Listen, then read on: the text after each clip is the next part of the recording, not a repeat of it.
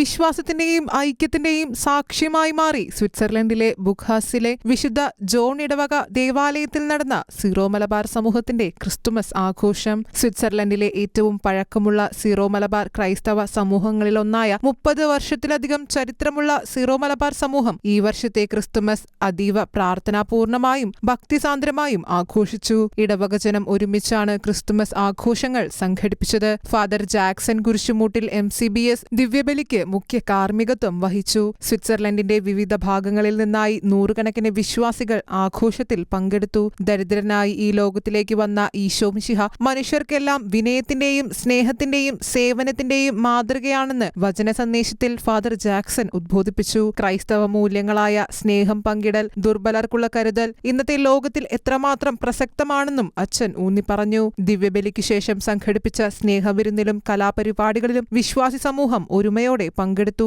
കുട്ടികൾക്കായി സാന്താക്ലോസിന്റെ സന്ദർശനം ആഘോഷത്തിലെ മറ്റൊരു ആകർഷണമായി. സമൂഹത്തിന്റെ ആദ്യകാല പൈതൃക ശില്പികളിലൊരാളായ ജോസഫ് വെള്ളപ്പിള്ളിയിൽ സീറോ മലബാർ സമൂഹം എങ്ങനെ സ്വിറ്റ്സർലൻഡിൽ രൂപം കൊണ്ടുവെന്ന് വിശദീകരിച്ചു. ആദ്യകാലത്തെ ബുദ്ധിമുട്ടുകളും വിശ്വാസത്തിന്റെ ശക്തിയും ഇന്ന് ശക്തമായ ഒരു സമൂഹമായി വളർന്ന ചരിത്രവും പങ്കുവച്ചു. സ്വദേശത്തു നിന്ന് ദൂരെയായിരുന്നാലും തലമുറകളിലൂടെ കൈമാറപ്പെടുന്ന ആത്മീയ പൈതൃകം സംരക്ഷിച്ച് മുന്നേറുന്ന സീറോ മലബാർ സമൂഹത്തിന്റെ ശക്തിയും ഏകതയും ഒരുമിച്ചർപ്പിച്ച ക്രിസ്തുമസ് ദിവ്യബലിയിലൂടെയും ആഘോഷങ്ങളിലൂടെയും വ്യക്തമായി. International desk, Shekinah news.